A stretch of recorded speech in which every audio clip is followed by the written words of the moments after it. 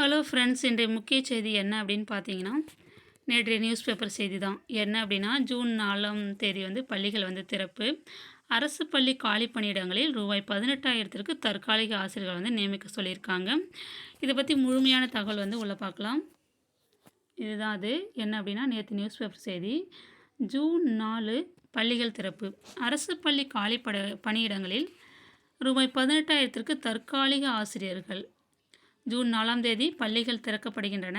இதனால் ஆசிரியர் காலி பணியிடங்களை நிரப்ப வேண்டிய கட்டாயம் வந்து ஏற்பட்டுள்ளது.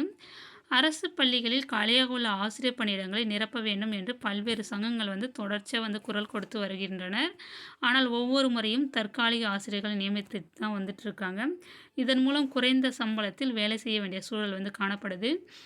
அதன் பிறகு பணி நிரந்தரம் செய்ய குரல் கொடுக்குறாங்க. இந்த விஷயத்தில் வந்து பல கட்ட போராட்டங்களை தமிழகம் வந்து கண்டிருக்கிறது. ஆனாலும் உரிய தீர்வு வந்து அது எட்டலை.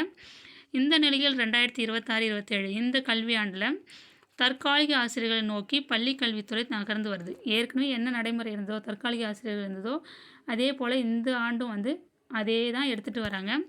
தமிழகத்தில் வருகிற 4ஆம் தேதி பள்ளிகள் திறக்கப்பட உள்ளன.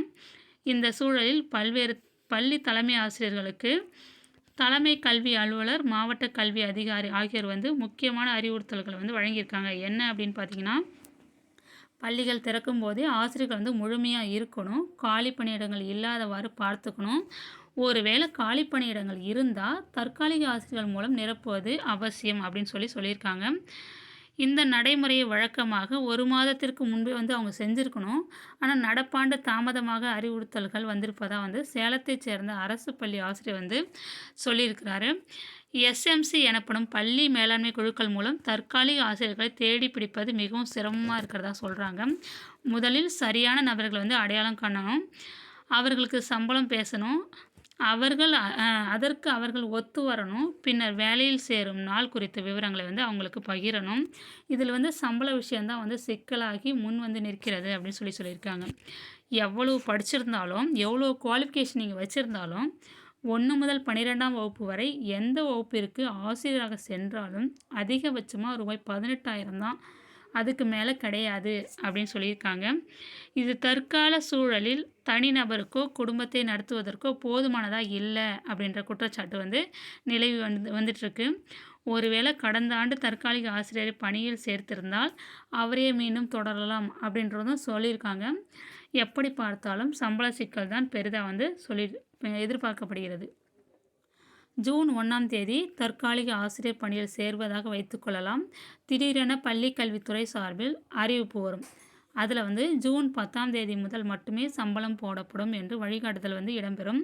இதனால் 9 நாட்கள் வந்து அவங்க சம்பளம் அவங்களுக்கு கிடைக்காது. சில மாதங்களுக்கு சரியான தேதிக்கு சம்பளம் வந்து சேராது. ஒவ்வொரு மாதம் வந்து சரியான தேதியில் வந்து சம்பளம் வராது. யாருக்குன்னா தற்காலிக ஆசிரியருக்கு. முன்னாடி வரைக்கும் அதான் நடந்துகிட்ருக்குது. இந்த வருஷம் எப்படின்னு தெரியலை. அதை தான் சொல்லியிருக்காங்க. அந்த சம்பளம் வர்ற வரைக்கும் இவங்க வந்து தற்காலிக ஆசிரியர் வந்து ஒவ்வொரு மாதம் வந்து காத்துட்ருக்கணும். இது குடும்ப செலவுகளை சிக்கலை தள்ளிவிடும். அப்படியே அரசு பள்ளிகளில் பணியாற்றும் நிரந்தர ஆசிரியர்கள் உடன் ஒப்பிட்டு பாருங்கள். இப்போ நிரந்தர ஆசிரியரையும் தற்காலிக ஆசிரியரையும் ஒப்பிட்டு பாருங்கள்.